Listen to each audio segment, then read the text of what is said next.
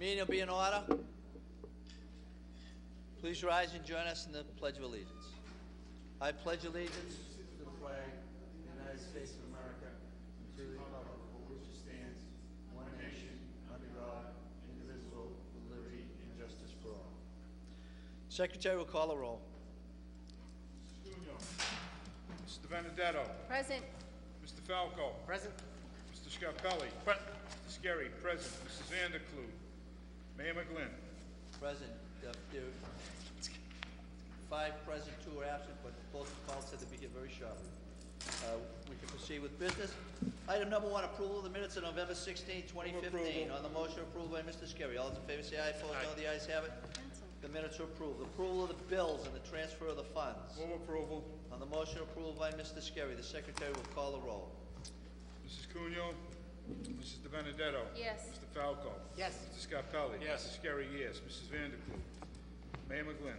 Yes, by a vote of 5 in the affirmative, 2 absent, the bills are approved. Approval of the payrolls. On the motion, Motion to approval by Mrs. De Benedetto. Secretary will call the roll. Mr. Benedetto. Yes. Mr. Falco. Yes. Mr. Scarpelli. Yes. Mr. Scarry, yes. Mrs. Vanderklut. Mayor McGlynn. Yes, by a vote of 5 in the affirmative, 2 absent, the payrolls are approved. Report of the secretary. There is none. There is none. Report of committees. There's none. Community participation. There's none. 7, report of the superintendent. Recommendation to approve MHS MVTHS graduation date June 8th, 2016. Move approval. Mr. Mayor and members of the committee, this is really a double report. First one talks about the date on June 8th. And the reason we do that, in case a snow day comes, and that's why we do it this early, in case a snow day comes, we're already set and we don't have to rearrange our calendar, and people can get adequate notice for those people coming from out of town. So I recommend that you approve the date of June 8th, 2016. Mr. Mayor? On the motion of approval, Mr. Scarpelli. I'd be remiss to say every year that I just with, in honor of Mr. Brady. How about home health? Okay, approved. That's the second item. Okay. On that motion, let the record reflect that Mrs. Vanderklut is here. Good. Is present. On that recommendation, all those in favor say aye. Opposed, no. The ayes have it. Recommendation is approved. Mr. Superintendent. So the second piece is the issue of Gancher, and we've had good success there. We recommend that we continue with Gancher. Motion of approval? On the motion approved by Mrs. Vanderklut, and I wish you all a very good time there. On that motion, all those in favor say aye. Opposed, no. The ayes have the recommendation is approved. 3, recommendation to approve oral hygiene dental health program. Mr. Superintendent. Mr. Mayor, members of the committee, I think we all recognize that oral hygiene and dental health is important for the general health of an individual. Our supervisor of health services, Tony Vento, is here to talk about the program. We think it's important that we incorporate it into our schools, and we partner with a local dental associates, and that we can move this forward for our young people. So Tony, come on up and why don't you explain it.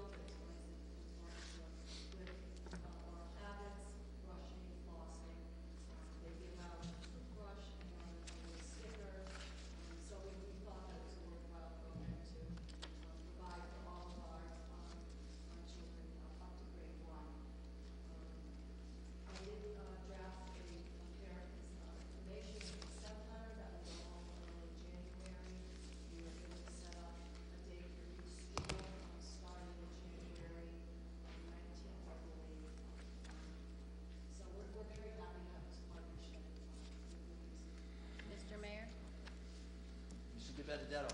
I think this is great. I love partnerships within the community, and some kids probably need a new toothbrush and don't even realize they do. So this is great. Thank you for doing this. Did they approach you, or did we approach them? Well, I think they've been involved with the schools in the past, and this year we just put it all under one umbrella. So I started scheduling it and making sure we have the same information letter at home to all parents, and that all classrooms of the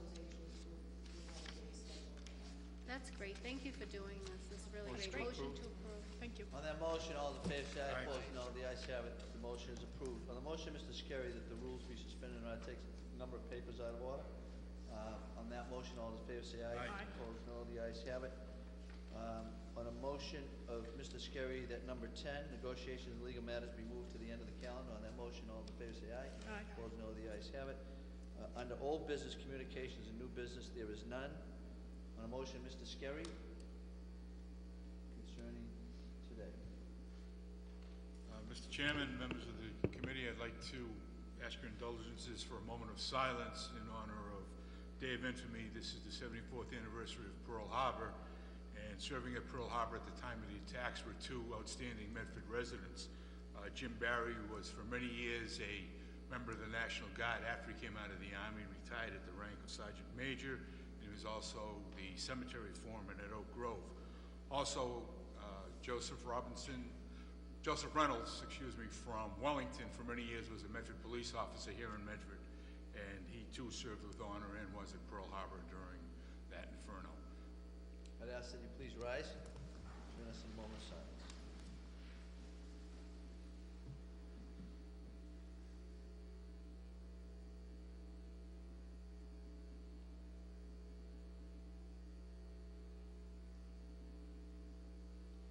On that motion, all those in favor say aye. Opposed, no. The ayes have it. Report on the Impact Ability Program, Mr. Superintendent.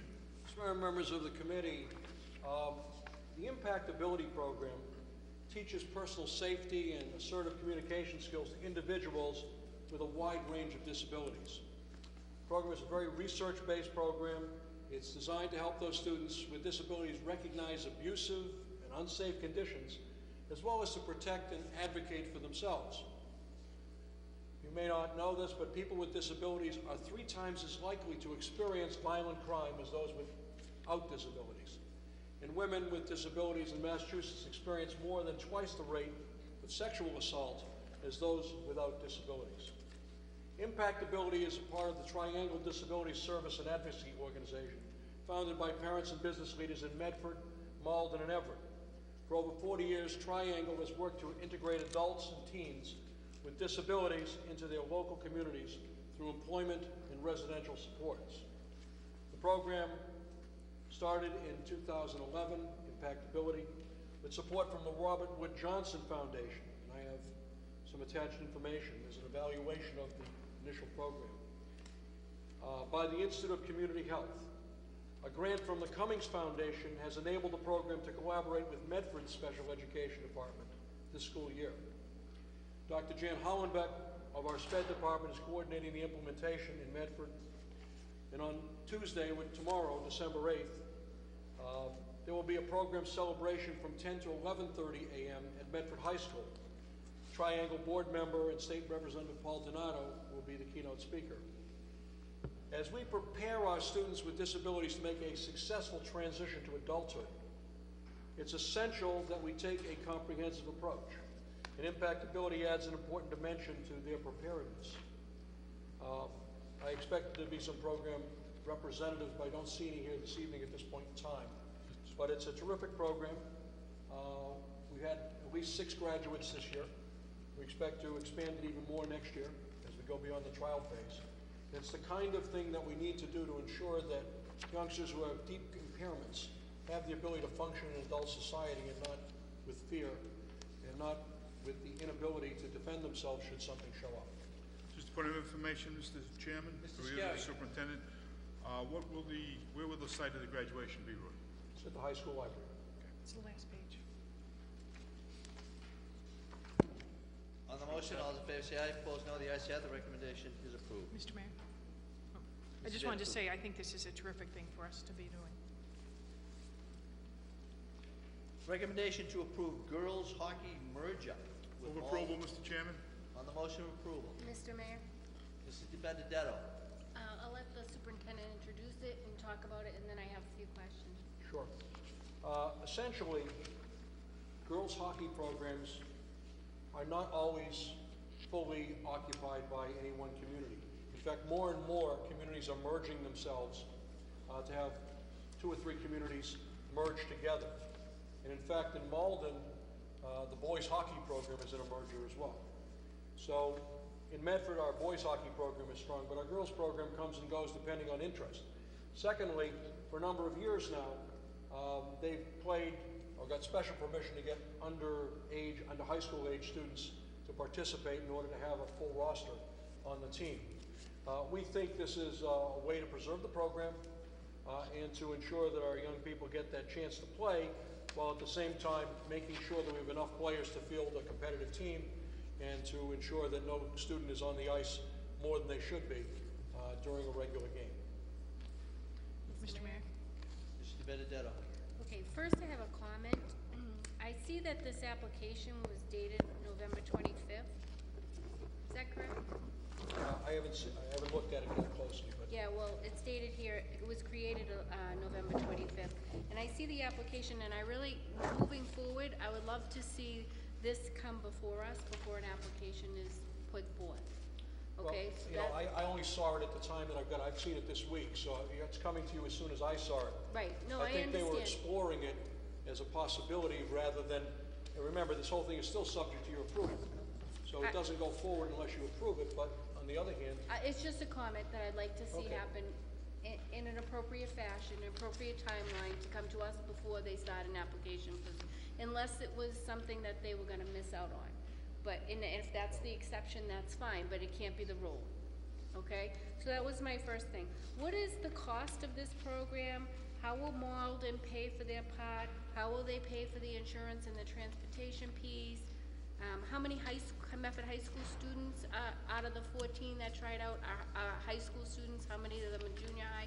I just want some information about what's going on with the program. so there are 14 Medford High School students, there are 3 students from Malden. Malden students will pay the user fee that Medford students typically pay at this point in time. As far as charging Malden, we haven't worked out those details at this point in time, but because it was something they didn't anticipate, but we will sit with them and talk with them because we do a lot of things between districts that eventually work themselves out financially. Going forward, obviously, we would work out a more definitive share of the cost, but at this particular point in time, our concern is that the program go forward. Now, as far as underage students go, I believe there are at least 3 or 4 of them who are not of high school age, who are 8th graders who require MIAA waiver approval. What's the amount of students that are usually on this team? Is it Well, like 20? typically to support a team of this type, you really kind of need over 20 youngsters. At this point in time, with only 14, you really don't have enough. If there's an injury or youngsters can't make it, you can't have enough people on the ice. Remember, hockey is not a sport where you skate the whole game. You have to come off, another line goes on, another defense goes on, a goalie gets hurt, you have to have someone in that role. So 14 isn't really a good enough number to field a team for a whole season. And my question is, how much does this program cost on an annual basis? Depends on their full schedule and their thing, but it's well over $35,000 a year. Possibly close to $40,000 a year. So, and what about our liability, having Malden students? I mean, is our insurance gonna cover them when we're transporting them? Is it gonna cover them when they're on the, I just wanna make sure we make informed decisions. I mean, I grew up as a hockey family, and so I love it, and I'm more than happy to provide this program to the girls. Maybe we need to do more outreach or something, but I just wanna make sure the school system's liability. Well, Malden students will have, their own insurance coverage, just like Medford students do in general. And then we are covered as a program. If we voted as a joint program, then we're covered. So liability only comes from gross negligence. If we were to do something that was inappropriate, put somebody on the ice who shouldn't be on the ice, and they had a concussion and we continue to play them, it might be a situation that we could be liable for. But under normal circumstances, we're no more liable for them than we are for any of our own players. I make a motion to approve. I don't know if someone already did that. Okay. Mr. Mayor, Mr. Falco. one quick question. Do we have, so if we approve this, do we have an option to opt out in a few years? Just say if all of a sudden we have 25 kids from Medford that Yes. want to play. Yes, this is a one-year thing and we'll Okay. look at it going forward. Thank you. Mrs. Vanderklut. Yeah, I kind of think it's sort of neat in a way, just because it brings the two communities together as our, arch rival on the football field at Thanksgiving. But I do have the concerns of making sure, and I'm glad it's going to be revisited yearly to see whether it works. By the way, I'm telling everybody, we won the second half of the game. We did. We did. We did. That's accurate information, Mr. Bell. On that motion, all those in favor say aye. Opposed, no. The ayes have it. The recommendation is approved. Report on the status of the federal ESEA renewal.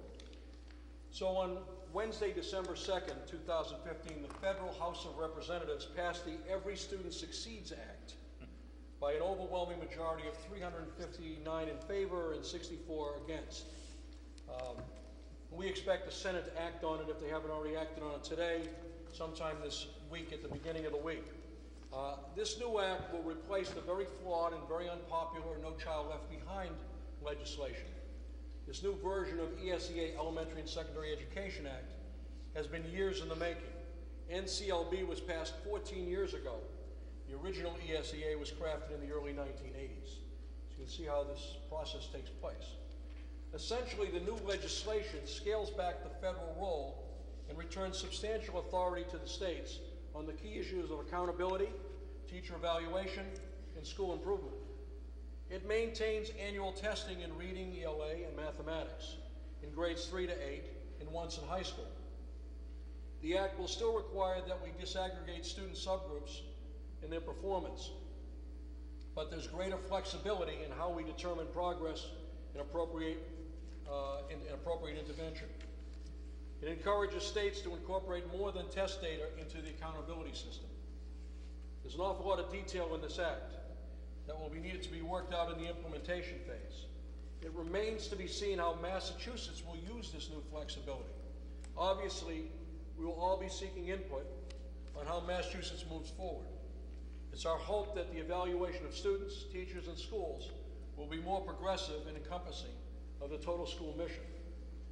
Attached to this report is a detailed explanation of the many facets of the new Act.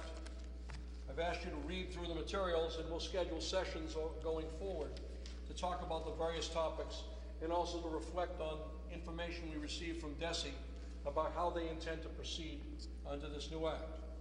Overall, it's a significant improvement over NCLB, but like everything else, the devil will be in the actual implementation. And we'll be active in our voice at the state level, and therefore we have to prepare well so we have an informed opinion when we're involved. So there's a lot of aspects to this. It wasn't my intent to discuss it all this evening, but to give you a chance to read it. Happy to answer any specific questions you may have, should you have them this evening. Mr. Chairman? Mr. Scarry. There are a few things that caught my eye, Roy, and I was hoping that you might shed some light on them or maybe help us out. Have we been able to receive any support, financial support for student support and academic grants, preschool, impact aid, homeless children, and construction, especially facilities management, where we have these new schools that are starting to come into their own, and they've been with us for a while, and there are certain things that have to be done. Okay. So as you know, the McKinley-Vento Act, I'm going to give you a report in the near future on the latest status of McKinley-Vento, is the Homeless Education Act. Right. That money has come through the state, even though it's federal legislation. Right. This act portends some larger role for the feds in providing money to the state. So we could possibly pick we up a few more dollars. We don't know that yet, oh, okay. Because it's all subject to appropriation. Yeah. You know, if they don't appropriate it, you know, it's only a possibility that they'll actually do it. When we talk about issues such as impact aid typically comes when you have a federal facility on your local property. And we don't have much of that. So we typically don't get much of that impact aid in our facility. But if you had an army base or some other kind of military facility on your thing, you might get more impact aid. Construction aid, probably go to the poorer communities, not to us. But we'll probably see some things as consolidations in Title I, consolidations in bilingual ELL, some additional thinking about special education, how that's funded, possibly some funding in areas of innovative curriculum and technology. But so far, it's all subject to appropriation. And until they really start appropriating money and start assigning it across the states, it's kind of hard to know whether we're going to see more than we're currently seeing or less than we're currently seeing. Thank you. On the motion, all those in favor say aye. Aye. Opposed, Aye. no. The ayes have it. Report is accepted and placed on file. Is accepted. Mr. Superintendent, report on DESI Board Assessment Decision and Recommendation for Spring 2016 Medford Public Schools Test Selection. So I'm going to call upon our Deputy Superintendent to make this report, to discuss with you the choice that the Medford School Committee needs to make by December 18th, by the way. We just got this from the state. Good evening. The purpose of this report is to update you on the current status of student assessment for Massachusetts and to recommend your approval for the district's assessment system this coming spring, 2016. As you know, for the past few years, there's been a lot of discussion about transitioning from the MCAS exam, which has been around since 1998, to a new test called PARC, which is a test of the Common Core. In the spring of 2013, all students in school districts took MCAS, but also targeted districts took a PARC tryout, and that went on for 2 years. Medford participated in the tryout when that happened.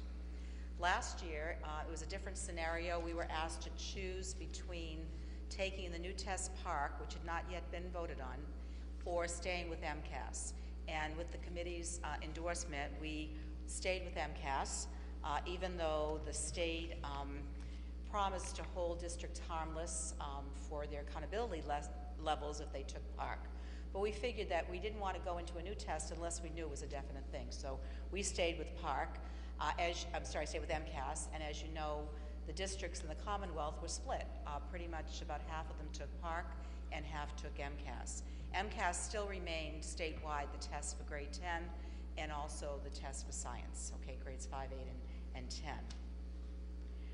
For this particular year, we're being asked to decide again. Things have changed.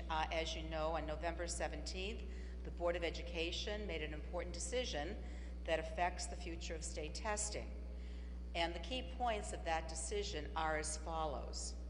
Despite the public negativity, and there's a lot of it about too much testing and too much high stakes testing, the state is going to adhere to a mandated testing system for students. Massachusetts will not adopt PARC, okay, so that was part of the important vote. But they're going to actually develop a new version of MCAS, MCAS 2.0, which is more PARC-like. So they're going to actually develop this new test. It's going to be developed throughout the following year, operational in 2017, and the questions will be very different than what the questions are on the MCAS as it currently exists. And Dr. Cadelli's here tonight as I finish up my portion of the report to share with you some of the questions that are the old MCAS questions, the PARC questions, and what the difference is between the two groups. All right, so again, this year we have a choice. We can either stay with the old MCAS or go with PARC. And again, we feel the board's decision, it's really a compromise between, basically going with PARC, which had a lot of criticism against it, and yet developing a new test which is more resembling what students are being asked to do in the new frameworks. Okay, so again, we have a decision to make, as the superintendent said, by just another week or so. And again, we need to choose between administering the old MCAS or administering the PARC. And again, the MCAS test will remain 2016. The traditional MCAS test will not be the new version because that is currently being developed. So over the past few weeks, since we heard the board's decision, we've been in discussions with our administrative staff. And based on our discussions, we feel that Medford should administer the PARC in the spring to students in grades 3 through 8 in English, language arts, and mathematics. And our selection, our recommendation is based on the fact that even though PARC will not be used in Massachusetts, the new questions in MCAS 2.0 will be PARC-like questions. And so we want to get our students used to it because the following year, the new MCAS 2.0 test will be operational. We feel if we administer PARC this year, will help our teachers get used to the types of questions, the students to get used to the types of questions that they will eventually be asked to answer on MCAS 2.0. And please note that the regular MCAS still remains the test for grade 10, and there's no choice there, and also for the science exam, which is administered grades 5, 8, and then the different high school subject tests. December 1st, Commissioner Chester issued a memorandum. I've quoted part of what he said, and he kind of endorsed rather what we were thinking about the rationale for going to PARC this year, that it gets the students used to taking the test. The questions will be questions that they will be eventually asked on the new MCAS test. So again, we feel that we would use the paper pencil version of PARC because again, we realized that a lot of the districts that took PARC last year, they did have some glitches in their technology. We want to make sure it's all worked out. One of the things that happened as I talked to communities that did PARC is that the younger kids didn't really have the technological skills. They didn't know that boxes would expand, and they thought that their answers had to be contained to a small box. So in talking with Mr. Trotter, we're going to revise the instructional technology curriculum at that level to emphasize some of those skills. So the kids need to know, some of the kids didn't know how to click different boxes and things like that. So a lot of the problems that those districts had were kind of technical things with the younger kids. So we want to work out those bugs before we go to an electronic version, because we thought it could be very frustrating to young children particularly. Again, Dr. Riccadelli's here. She has some questions to share with you that will show you the difference in the types of questions between traditional old MCAS, the PARC, which will be the new MCAS 2.0. We really feel that PARC will now evolve as a consulting group to Massachusetts, that the questions they have in their test bank will be imported by Massachusetts for our MCAS 2.0. I also feel one of the other advantages of having our own 2.0 MCAS is that one of the concerns I had is if we'd gone with PARC, or the board had gone with PARC, only the Common Core portion of the frameworks would have been tested. With our new version of MCAS 2.0, as you know, the Massachusetts frameworks contains more than the Common Core. So we'll be testing our own additional content that we put back into the frameworks.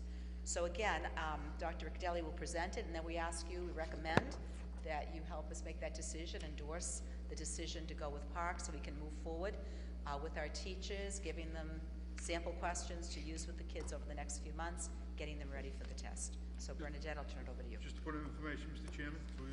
Mr. Scarry. Mr. Nelson, do we have in place any type of prep program to work with kids that might show early on that they might be having a problem with this, and how we can overcome their fears and get everybody on the same playing field? So what I can say is that the department directors have been sharing PARC-like questions with teachers over the course of the past year. Good. So where this is, it's something new. It's not completely new. We have been working on it, working on the strategy.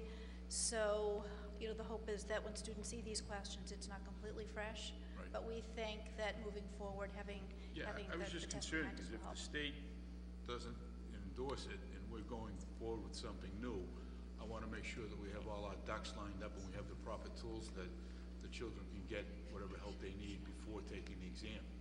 Yes, and as you know, we do have MCAS preparation programs that will occur this winter and early spring. So the teachers will be incorporating the strategies that they need to incorporate to prepare the students for the PARC, if indeed that's what this body decides to move forward with. So thank you, Beverly, for distributing the sample questions from PARC.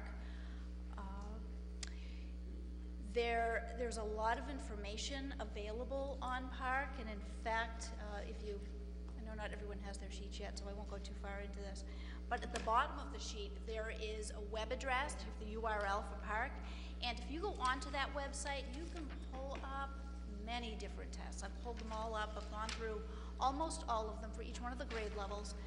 So you really can get a good sense of the questions, and our teachers have been encouraged to go through these these different tests and look at different test items. So for our purposes here tonight, this is just a short snapshot so that you have an idea of the difference between the two tests. So we have a sample from grade 4 mathematics, and then on the flip side, we have a sample from grade 7 English language arts literacy.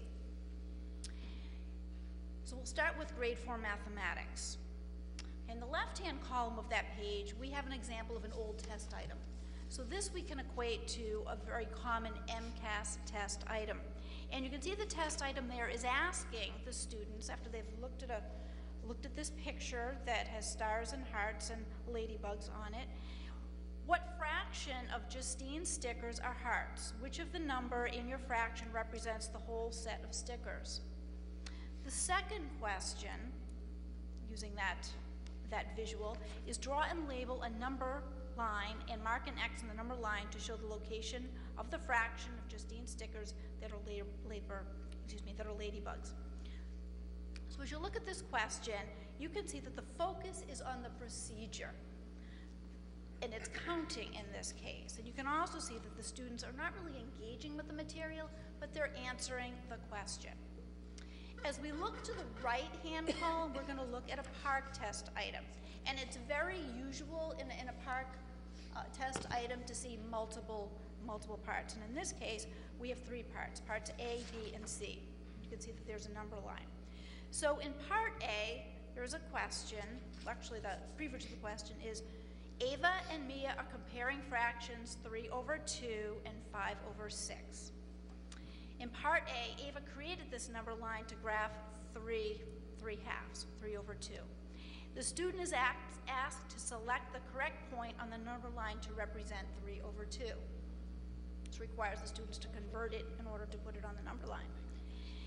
Mia created this number line to graph 5/6. So again, they need to be able to understand what 5/6 represents on this number line. So they need to understand, prior to doing that, to convert 5/6 to 12ths. In part B, they're asking, the question is asking, is 3 halves greater or less than 5/6?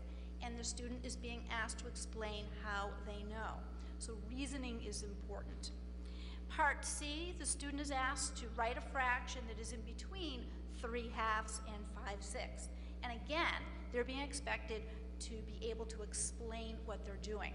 So not only do they need to understand procedure, not only do they need to understand how to derive at a correct answer, but rather, in addition, they're expected to understand how to reason through the problem and how to engage with it.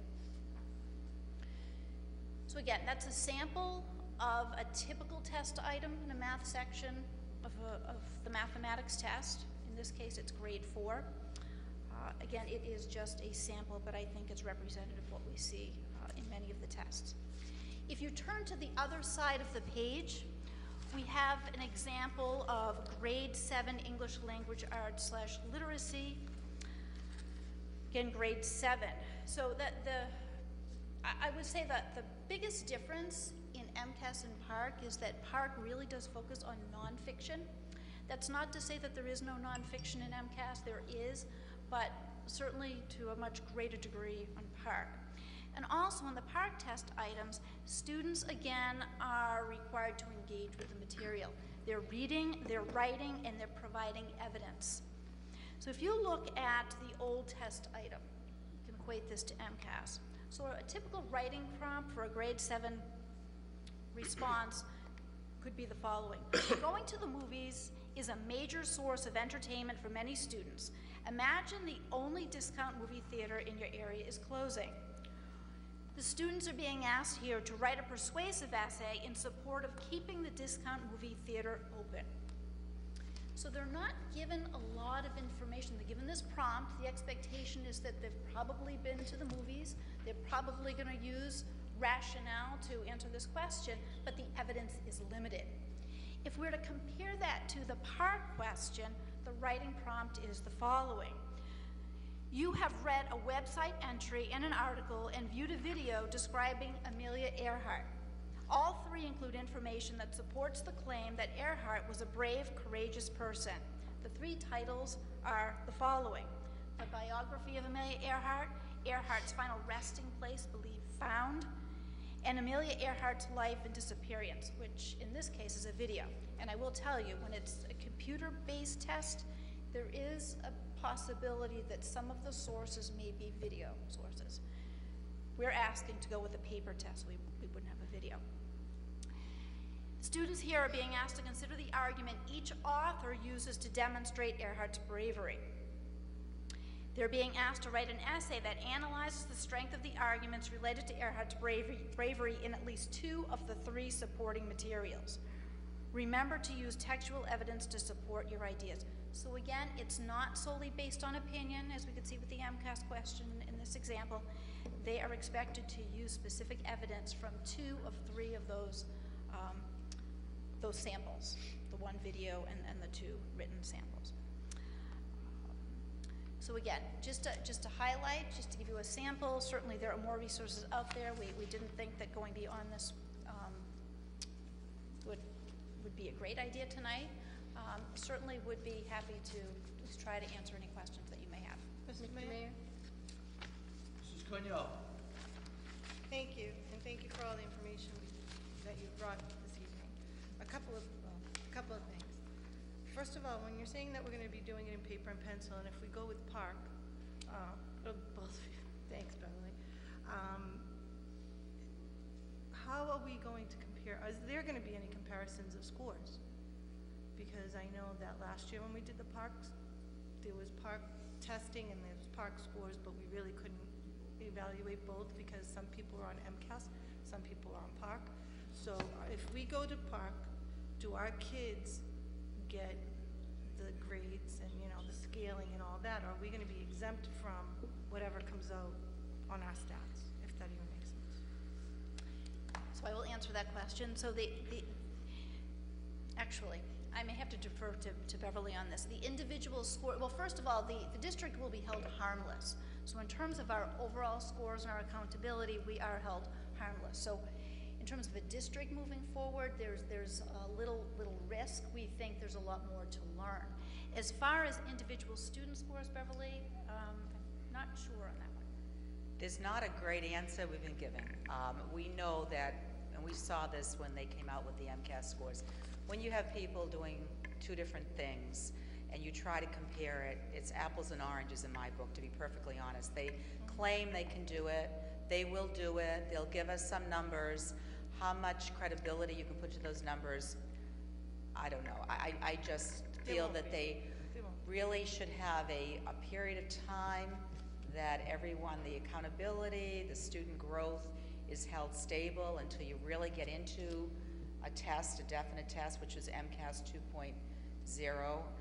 But they're doing all kinds of interesting things with numbers. I know the superintendent has been looking at it too, and he had an answer today about some of the districts that took Park and the MCAS. The districts that took MCAS were definitely rated at a disadvantage than those that took Park in the rating system they use. So, will they do it? Yes.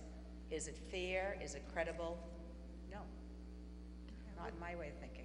Well, basically, if you want to talk about fair, this whole thing, I said it many years ago when we started this.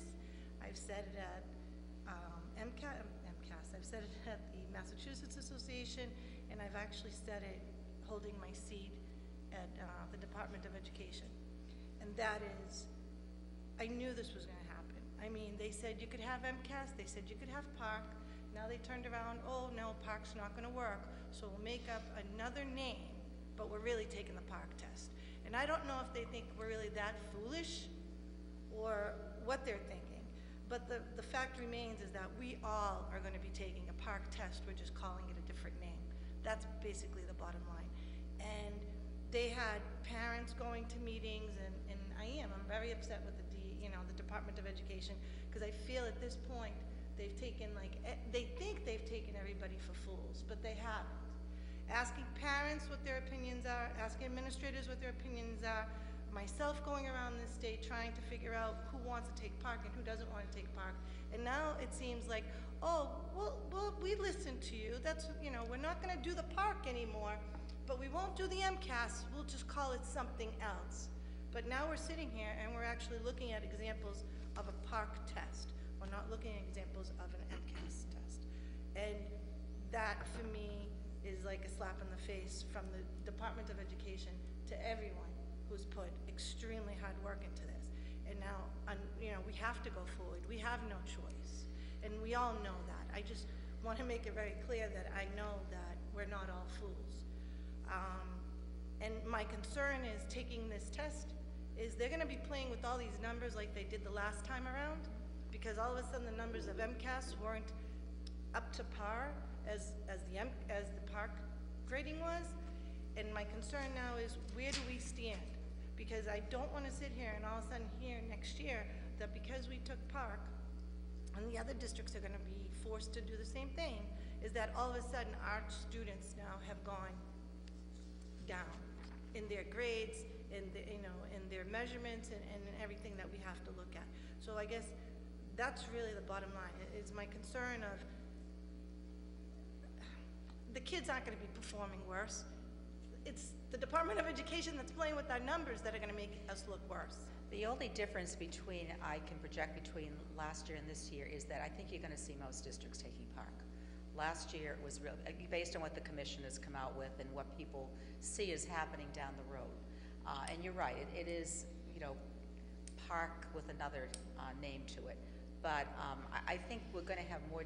I doubt there'll be many districts taking MCAS this year, because they'll say that, you know, we're going to the new test anyways.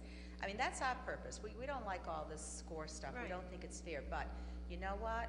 You owe it to the kids to get them ready for the types of questions. And quite honestly, the types of questions, Park has or MCAS 2.0 also, has these performance-based. We all know performance-based assessment really gives a kid a fair shot at demonstrating what he or she truly knows. MCAS sometimes was a guessing game, the way the test was constructed. And I've worked with these tests, MCAS, since it started. And, you know, we know that, so for example, as Bernadette pointed out, some of the open-ended questions, I remember there was one writing prompt one year that asked students to, what would you do on a snow day? What's your favorite thing to do in a snow day? And there were students who came from other countries who had never seen snow. And of course, they didn't perform very well on that prompt because they had no idea. So I think Park takes that element away, that subjectivity. I think it's a stronger basis for assessment, but the way they're going about it, and you know, half can do this and half can do that, and we're going to measure apples and oranges is the wrong way to go about it. Well, that's, I guess that the frustration part for me is that part of, okay, there are going to be a lot more, and I totally agree with that. I know that there's going to be a lot more districts taking the park.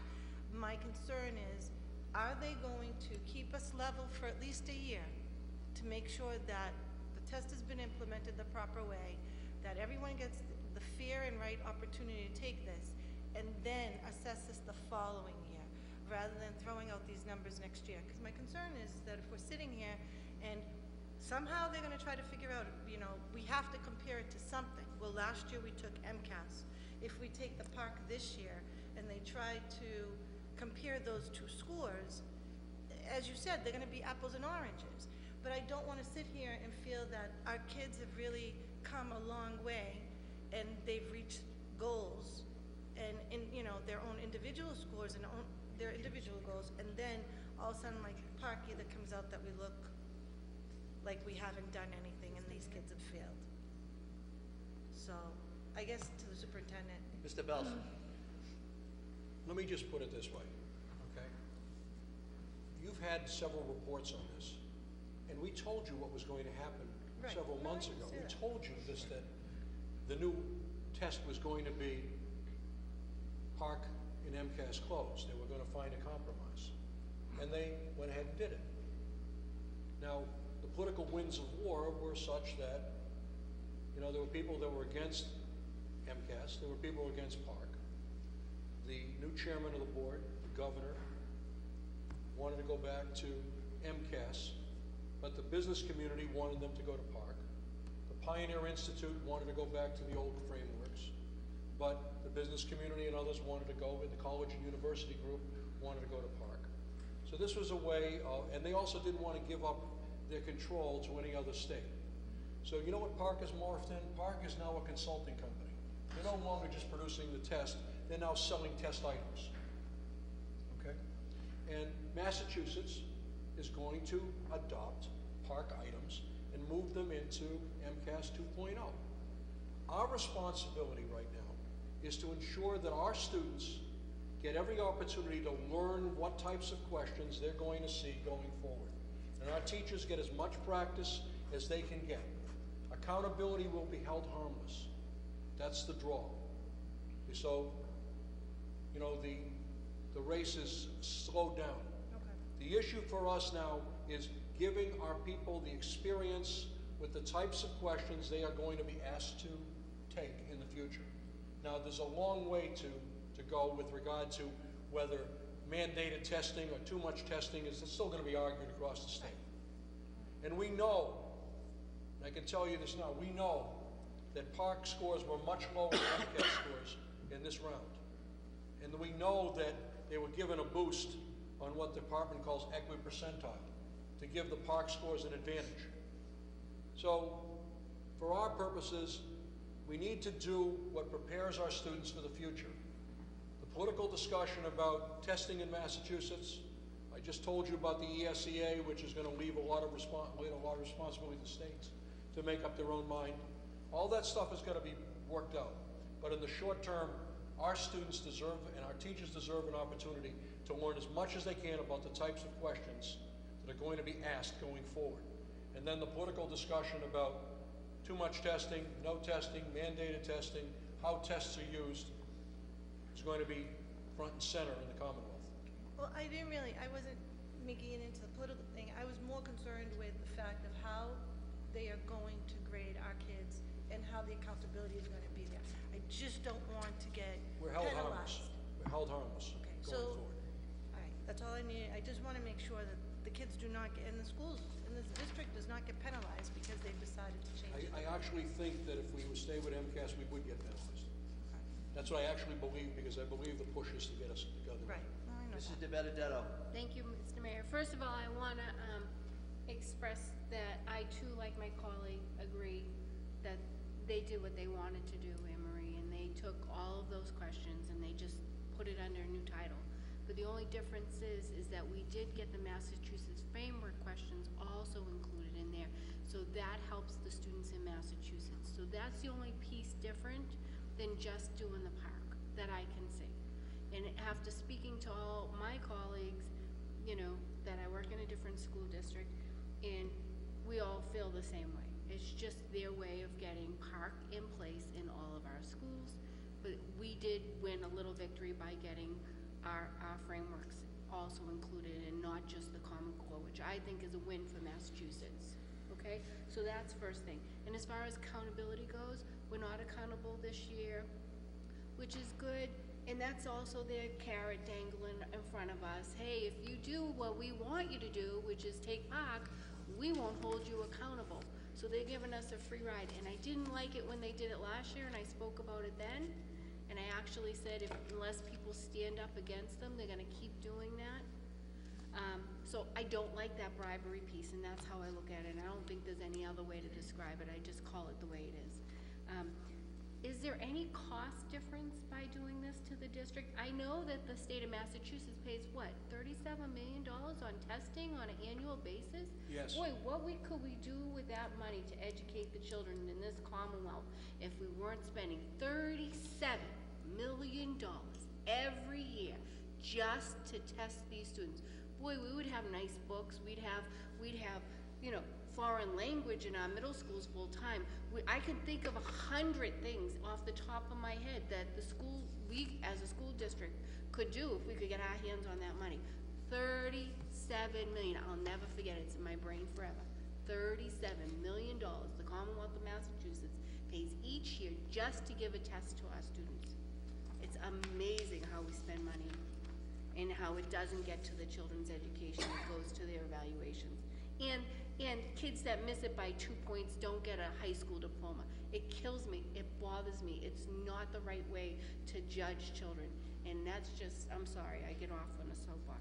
So if there's no cost difference, and there's no accountability, and we're going to park anyway, I vote to give the children, and I hate saying this, the park test, and I motion to approve and go with the superintendent's recommendation, even though I was huge opponent of it last year, Mr. Superintendent. On that motion, Ms. Vanacle. So I liken this to a shell game, and I agree with my colleagues, because you see, I think Mr. Chester must be laughing all the way. Oh, we don't want, they don't want the park. Okay, so we'll call it MCAS 2.0, and you know, the big question is, what money were they getting before, was park getting before, and what money are they getting now? I sort of figure that it's probably they're doing just as well. I hate tricky questions. I think the math question, when you look at the math question, that's a tricky question, because obviously if a student looks at it, they're going to see two different lengths lines, you could fall for it. So what we're going to be educating our children is not to fall for a tricky question, so which goes beyond just understanding the math. It goes beyond that. It means don't fall for a tricky question. And so we'll spend a lot of time now teaching them how to answer these questions, rather than, I think, doing what our real mission in education should be, is educating a child about and fostering a love of learning, and not just simply preparing them for a test.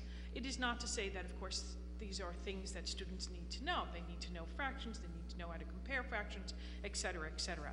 But there's a way to do that without making it a tricky question. We have, I think, no choice, because, by the way, if I want to make a prediction, I'm going to predict that the school districts who did park last year are going to magically do better the second time around than the school districts who are doing them for the first time. Mark my words, guys, that's the way it's going to be. We have no choice. We need to do this. Mr. Chairman? Mr. Scarry. Just a point of information through you to Ms. Riccadelli and Mrs. Nelson. What are the classroom teachers saying about this mix? Have they voiced concerns? For and against it? Or do they have concerns that we should really look into to try to incorporate into the testing methods? Well, I mean, as I said at my opening, the directors have been working with the teachers on the test items, just in the event that something like this happened. The teachers don't know that it's happening, definitely. I mean, they'll know after your vote. They knew that it was a possibility. Just anecdotal feedback. Many of them, feel like you do, that, we are pawns in a game, and they feel duped. That's what I have heard, but I think they understand the reality of we need to move forward. We need to do what's best for our students and what is best for the district. So it's mixed. After this configuration takes place, if you could get some comments, both positive and negative, on how this might change, how we might enforce upon our legislatures to talk to the Department of Education, try to put everybody in the same playing field. Could you come back after the tests and give us some type of reaction? I think too, I think the main thing with teachers, as we agree, is that there's too much testing. Right. Every time you take away time for testing, you're taking away time from instruction. And that's a very common feeling. So whether it's PARC or MCAS or whatever it is, it's the time piece that I think teachers really are concerned, and rightfully so. And the money. And, we're here in unison to work with the directors and the teachers to develop a program that's, suitable to our kids, and, takes a little bit of stress off them at the test time. So I'd appreciate any feedback in the spring that you can provide us. Mr. Bellson.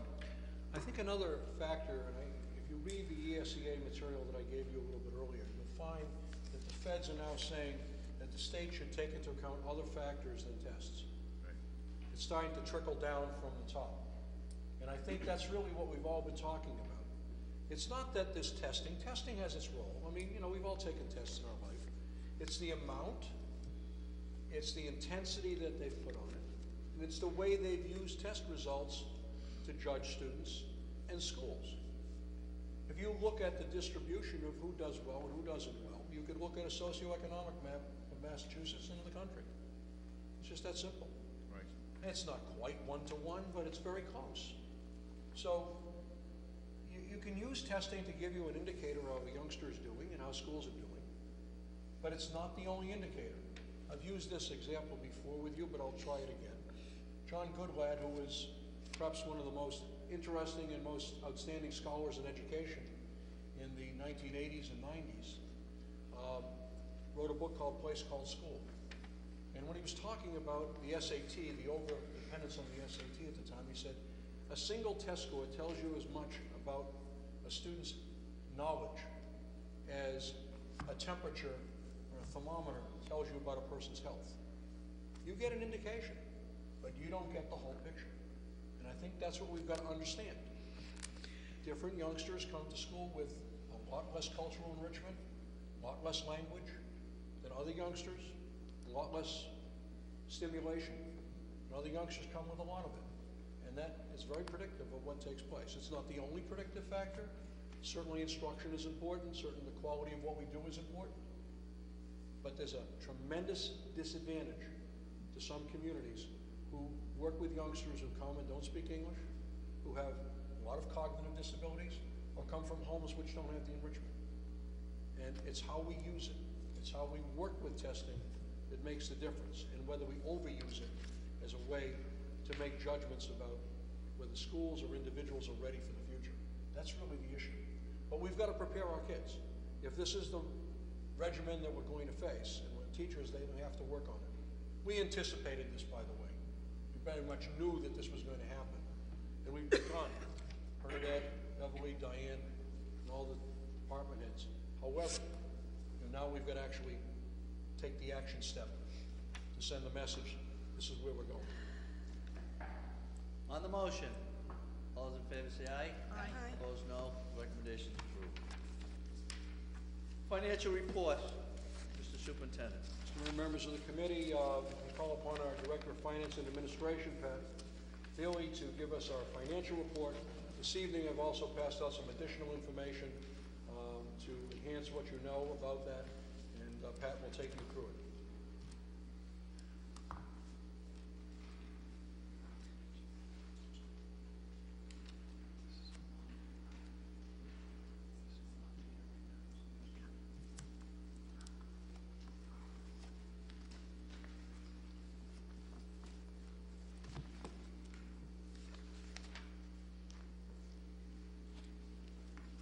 Good evening. Attached, please find the summary financial report as of December 2nd. As of the writing of this report, the general fund budget is 32.11% expended. 10-month biweekly employees have received 7 checks since September 2nd, while our 12-month employees have received 11 paychecks since July 1. Currently, 6 teachers are on maternity leave, with 2 others pending. We currently have a few replacement paraprofessional positions still in the process of hiring. Professional development. November 3rd was a professional development day for the district for teachers, paraprofessionals, and kindergarten aides. MPS also provided a half-day for professional development for the district's secretaries and administrative assistants. The agenda included a WB Mason presentation, purchase order overview by Louise Miller, City Procurement, Google and Gmail overview presented by Cassandra Trotta, Microsoft Mail Merge, email protocol, changes in payroll, student activity, lost textbooks, and attendance processes. Revolving funds. Attached, please find a report listing all MPS revolving funds and a short synopsis of what the fund is for. In your original packet, you had the information, and there is a short synopsis on the front explaining the revolving funds to you. In addition, tonight, you've been given 2012, 2013, 2014, 2015, and the supporting transactions. So I ask that you look at those for your transactions, but look at the synopsis for the review of the funds, and I'll take questions in a few minutes from you. The first is for accounts that are related to direct school operations. The second listing reflects community-based facilities that are managed by the school. It is MPS's intent to renew the rental contract with the Japanese language school for a 3-year period at $100,000 per year effective FY16, which is a $10,000 increase annually. Supporting the NOPCs is a beginning and ending balance for each fund with a breakdown of deposits, revenue, and expenditures. MPS's revolving funds are considered generated revenue and reflected in the FY16 budget plan. Security. MPS is benefiting from advantageous American alarm pricing and replacing 8 key cameras. We were thinking that it would only be 3 with a couple of repairs, but the bidding process has worked in our favor. Resumes are under consideration for the MHS MVTH building monitor positions. Pricing has been secured for identifiable jackets, polo shirts, and hats for the building monitor positions.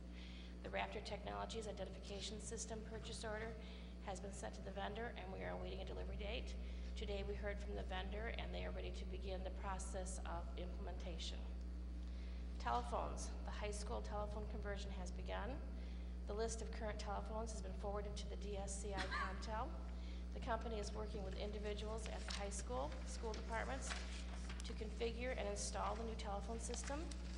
Initial expectations were to be up and running by the end of December. However, the MHS building will probably take until the middle of January to fully complete due to the complexity and the age of the building. Transportation. Current routes are posted on the MPS webpage. Routes are running on time and we are ready for winter. MPS has 230 bus stops that have been reported to the City of Medford DPW for winter plowing. Discussion is still ongoing with the DCR regarding the reinstatement of the Fellsway Crossing Guard. Last communication was December 2nd. The DCR has requested more information regarding numbers crossing at the Fellsway and Myrtle, which is our choice for the crossing guard location. We decide on that with Eastern. Updates will be provided when new information is available.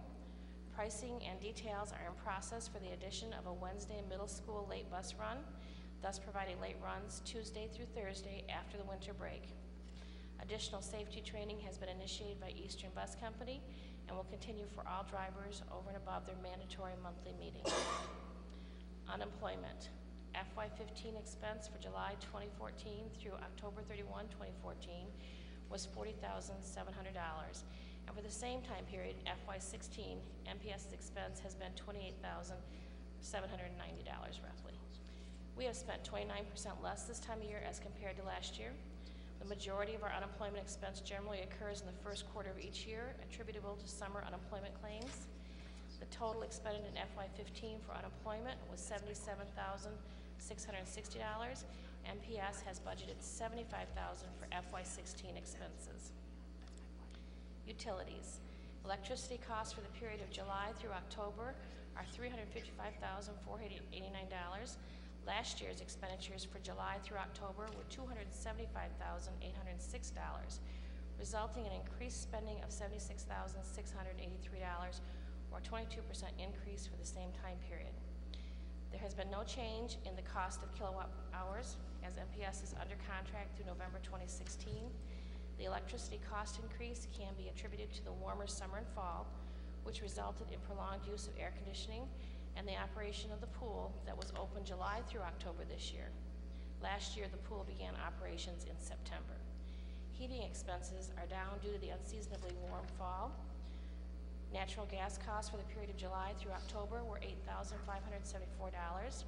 Last year's expenditures for July through October were $39,212, resulting in 78% decreased spending.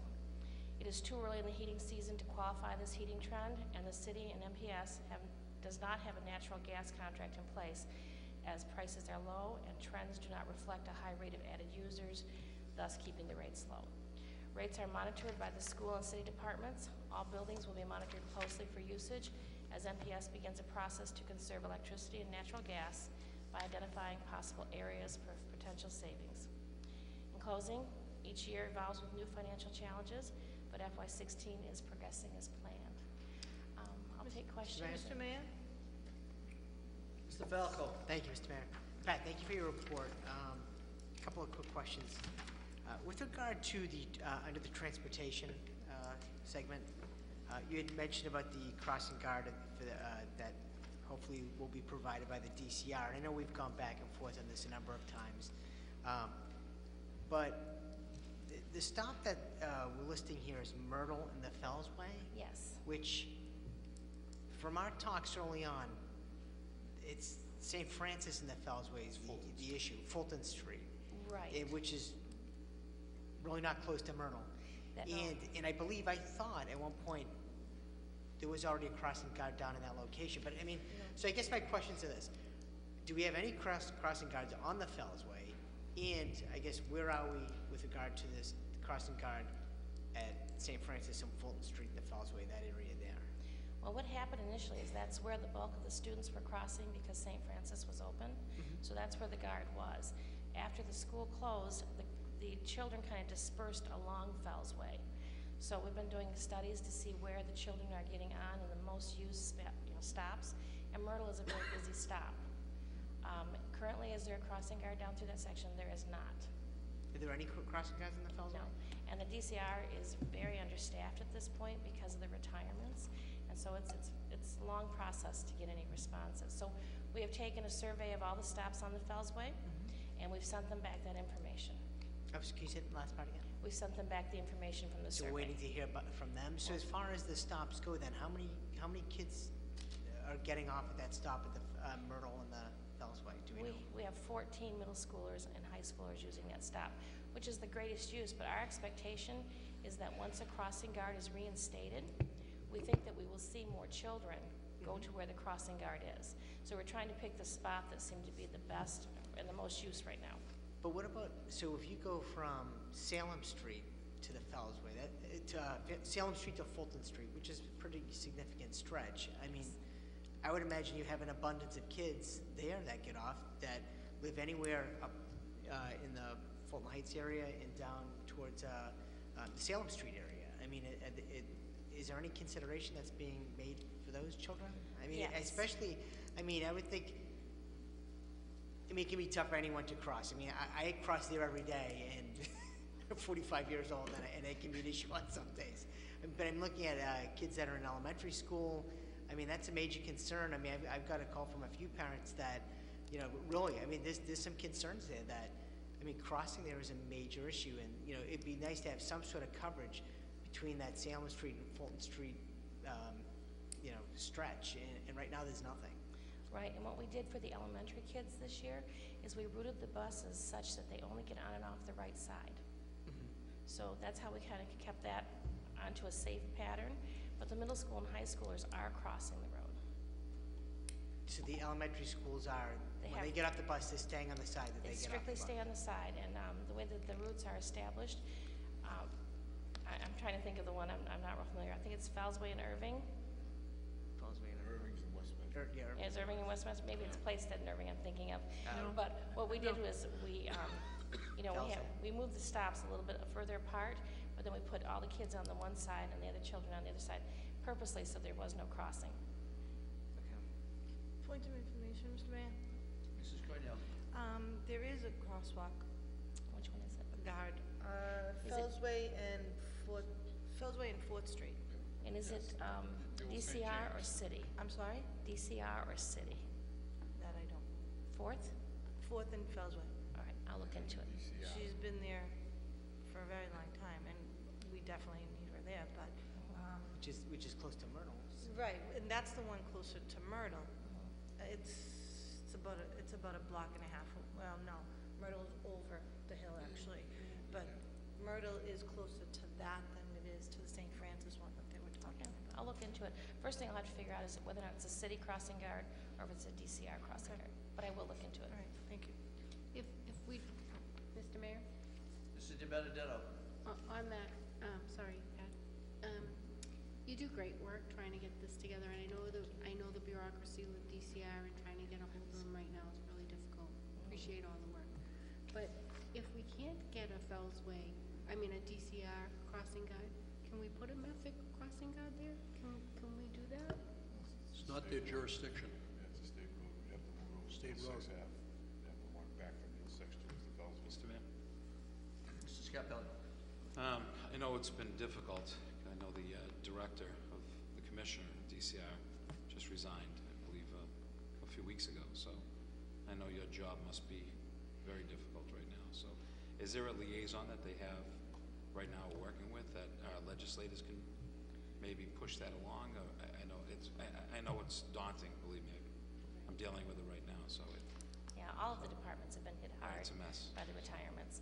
So, and she is responsive, it just takes her a little while. Her name is Christine, I can send you her Okay, if you information. can, maybe that'll help. I know that we were trying to deal with the commissioner, and she decided it was way too tough for her, so. I was in there today. I mean, through that early incentive retirement program, they get killed. I know. And they're not allowed to put anyone back. There's a hiring freeze. So it's not only with the crossing guards, but it's in a number of different areas. It's difficult. And now there's rumblings talking about maybe doing another incentive because they didn't get enough the last time, which will only make the situation worse. Mr. Mayor, Ms. Vanderfield, I had a question about utilities. Okay. utilities? Yeah. So on this, my question was that it seems like there's quite an increase, and you mentioned that it's partly because of the warmer weather, but also that the pool was open to additional months. How much of the increase does that, if there was a 76.6 thousand increase, how much does the pool account for? We unfortunately did not meter the pool separately from the rest of the building, so it's very difficult to discern that. The superintendent asked me the same question. Yeah, I mean, just because it is, 76,000 is significant. Now, I see that it's offset a little bit by the savings so far, but, it definitely is a concern, given that there was no price increase. Mr. Chairman? Mr. Scarry? Pat, while we're on the subject of utilities, would it be possible to conduct an energy review with the 3 middle schools, especially the cafeteriums and gyms, see if we could change the lighting to possibly save some monies there? We, actually, Alicia Hunt was just through the building and met with John McLaughlin, and we have an opportunity that we're contemplating. We haven't put all the information together yet to bring it to you, and we want to bring it to the superintendent first, and it regards energy conservation. Is it possible to seek a grant, or would we have to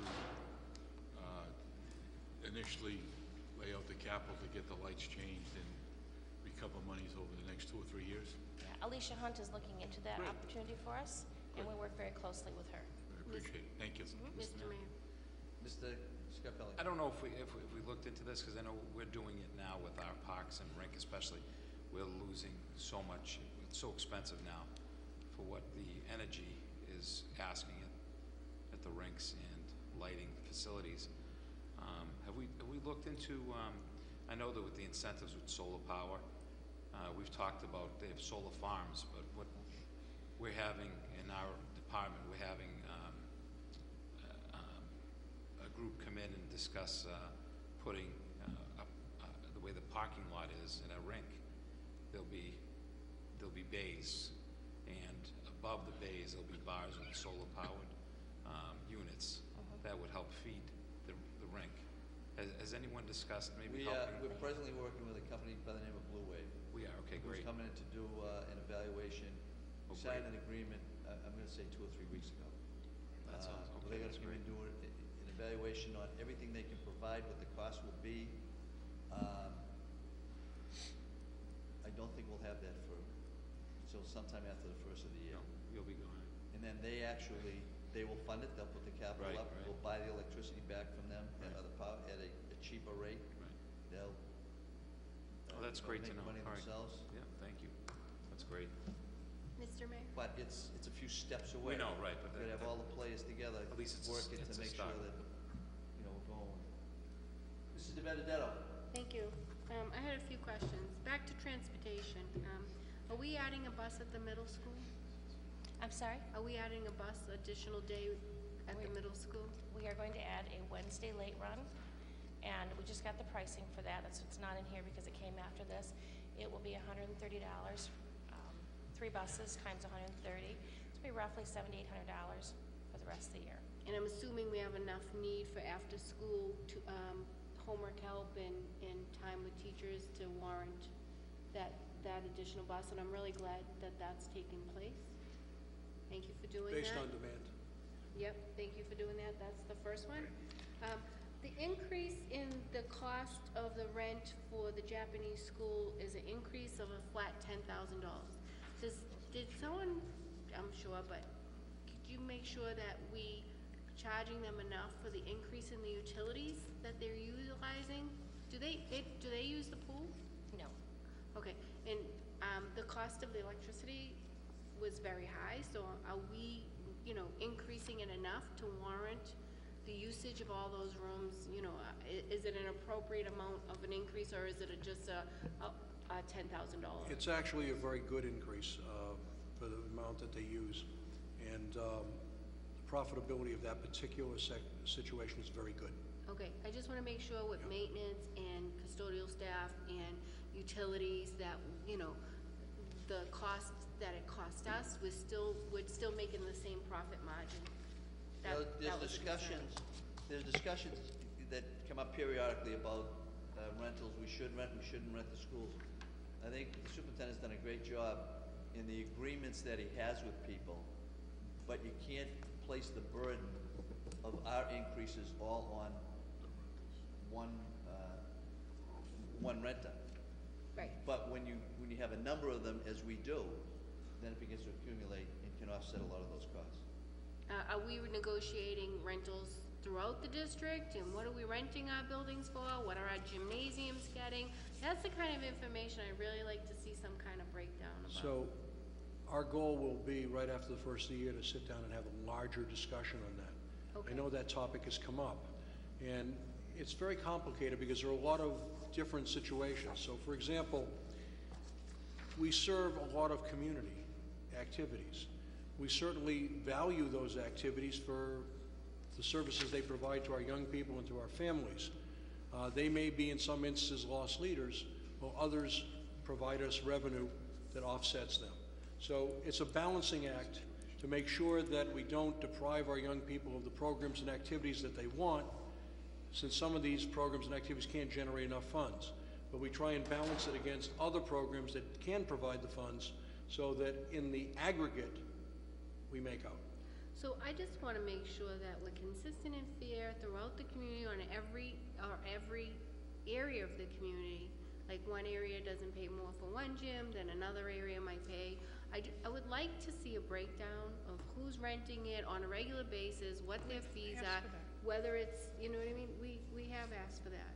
So We've actually begun working on that. It's much more complicated because there are so many different activities. Some of them are done by the buildings themselves, right, because of the PTOs and other things they run. Some of them are done by us, and we're trying to get a handle on, the differences that exist. But overall, with the major renters, we make out. I understand that, but I'd like to know what's happening in each building, how they're utilizing it, who's there at extra time, what they're being charged. I want to know, I want to have that picture. I know it's a lot, and I'm not asking for it for today, or even close to today, but before the end of March, I think is a significant amount of time to gather that information from each school, get a list of what every activity is at that building, because we're liable for any of those activities happening in our buildings, and I think as a committee member, it's important for me to know what's going on. Okay. So I'm requesting that again, and if Paulette wants to add to that, that's great, before I go on with my next question. I'm just saying that, I just want to remind you that it's already been requested, Erin, because earlier this fall, I very specifically went and spoke and asked for the same information, and I think the superintendent is saying that he would get to us at the beginning of next year. I certainly don't want it to wait until March. I know, but I want to have a meeting regarding it and know everything. Yeah, we asked for that. We'll schedule it early. Great. That would be terrific. Thank you so much. That's it for now. Thank you, Pat. Also, I appreciate this extra data. I'm sure you're going to go over that next. I was going to let you ask questions. Thank you. I'll let you go over it and then I'll ask you. So I did, yeah. Unless you You have questions? Next meeting. This is a lot of information to go over It right now. is. Probably take a week and read it and come back if you have Let questions. everybody read it, Pat, and we'll come back if anyone has questions. All right, Motion to sounds accept the good. financial report and place on file, Mr. Chairman. On the motion, Mr. Scarry. All those in favor say aye, opposed no, the ayes have it. Mr. Chairman, before we go to the last item, Placed on file. before we go to the last item, I Mr. move Scarry. suspension of the rules. We're on the suspension. Okay. Through you to the superintendent. Superintendent, when are we going to set up a meeting on safety and protocol? Just to follow up to the last meeting, we didn't want that to die in committee. Right after the first of the year, we'll have the police chief and all of us get together, the committee of the whole, and then we'll carry that forward into a larger meeting. Do you have a date in mind? I don't, but we've talked with the police department, and we've gone over a whole series of things with other activities, and I think we'll be ready right after the first year to talk about it. Before January 30th? Sure. Okay, great, thank you. Thank you, Mr. Chairman. 9, report on the snow inclement weather emergency school cancellation protocol. Mr. Superintendent. Mr. Mayor and members of the committee, I think we know that sometimes it snows in Massachusetts, and last year was probably a very, very bad year, one of the worst years we've had. Although some years we've had no snow at all. But it's important to go over this, and hopefully there's some people listening to us this evening, and if not, we're putting it out there to them, because there's a lot of variables in this. And it's important that people understand why we do what we do and how it works. So as we head into the winter season, we have a comprehensive notification system to parents, students, and community should conditions require the closing of schools. Experience tells us the number of school closings can vary from year to year. Last year we closed schools 7 times, but there were years when no days were canceled for inclement weather. The decision to close schools results from a process that evaluates multiple factors. The paramount consideration is student, faculty, and staff safety. We must consider not only the storm conditions, but also our ability to clean school areas, streets, sidewalks. We also have to consult the Weather Service, our DPW, and public safety officials. And we also have to determine whether or not on that particular day we're going to have sufficient faculty who no longer all live in Medford or one community away, because people come from distances now. So if the teachers aren't there and can't make it in, it's a wasted day. So we speak with colleagues in neighboring school districts, and we talk to our transportation providers as well. And as you know, we have to conduct 180 days of school to meet DESE requirements. And waivers are not frequently given by the state. In fact, they're very rarely given. This year, our calendar gives us 11 days to work with, much more than the past, as compared to the normal 8 days. By contrast with the MTA, by contracts with the MTA, we must complete the school year by June 30th. We're mindful that when school is canceled, that it can be a hardship for working parents. Therefore, it is very, very important, I have to stress this, I'm going to keep banging this out, that parents and guardians begin planning for coverage now in anticipation of closings. Don't wait for the day that it snows to decide who's going to cover my kid. Start thinking about how you can work with your neighbors, with other people, with grandparents, to cover those situations, or to talk to your employers about accommodations that can be made when those things happen. We're also aware that a significant number of students that schools provide safety, warmth, and nutrition. There are a lot of latchkey kids out there in communities across the state, whose parents have to go to work and the kids home. That's dangerous. Sometimes we don't like to call off school unless we absolutely have to, because we don't want kids in that situation. We always try to provide the earliest possible notification to families and staff as possible. However, many times storms intensify and conditions are unpredictable and change throughout the night and early morning. Our preference is to let people know the night before, but in any case, no later than 6 a.m. We do not favor delayed openings. Some people ask me about that all the time, as they impact bus schedules and generally result in less productive days. You can only imagine when kids come in at 9:30, 10 o'clock, and everyone's talking about the weather. It isn't really a day of school. It's pretty hard to get people back and focused. So why risk the safety factor just to get people in and mess up things and bus routes get all goofed up? We don't think it's a great way to go. We do make provisions for unpenalized student arrivals, late student arrivals. So if a student does get in a little bit late, and we know that it's a situation, we work with that. When school is canceled, families will be informed through multiple media. Notifications will be posted on both television listings and websites of channels 4, 5, 7, Fox, and Nesson. Closings will also appear on the school website, and robocalls will go out to homes, either from the principal or the central office.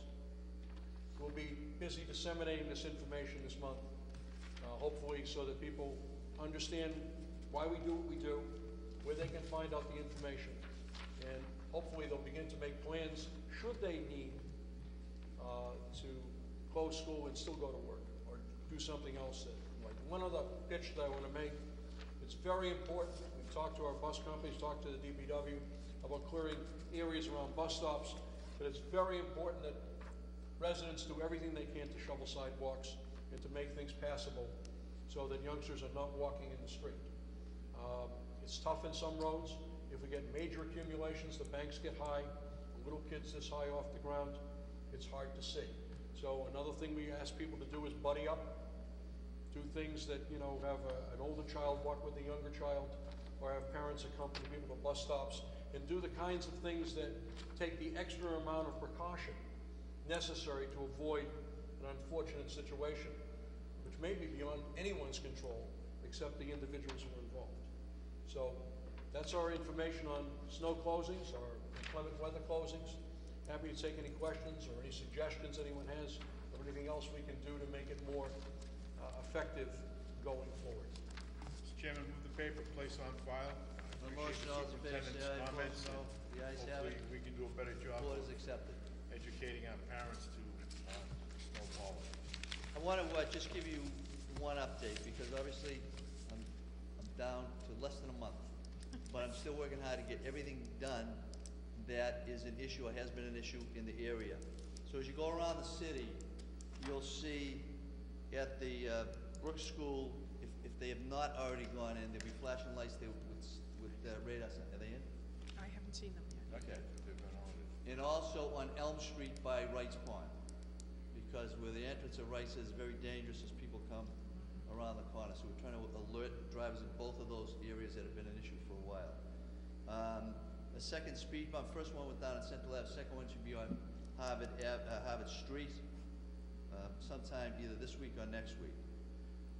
Crosswalks, which are a big concern. There's a group of residents that have put together a list of, I think it's 70, 80, 90 crosswalks. We've got ordered all new signage that'll point to the crosswalk and advise people that there is a crosswalk coming. Where's the speed bumps? Oh, and you see starting today, welcome to Medford signs. Something I've been trying to do for about 15 years, but we finally got a grant from Tufts. 4 of them went up today near the borders of the community, and another 4 are going up. That's why I was in DCR today trying to get permission to put signs on their property. If they don't allow it, then we'll have to find other locations to do it, just so people know it's a very welcoming community, and we enjoy their business here, and we enjoy them visiting here. It's just a little update. That's great. And it came money from Tufts, money from Chapter 90, money from another sources that we were able to put it all together. On the motion, Mr. Scarpelli, that we go to executive session. Yeah, we'll probably return after executive session for the updates and reports, recommendations for collective bargaining units with all units, updates, reports, and recommendations on non-union personnel and their negotiations too. On that motion, Secretary will call the roll. Stuno. Yes. Vendetto. Yes. Falco. Yes. Scarpelli. Mr. Chairman.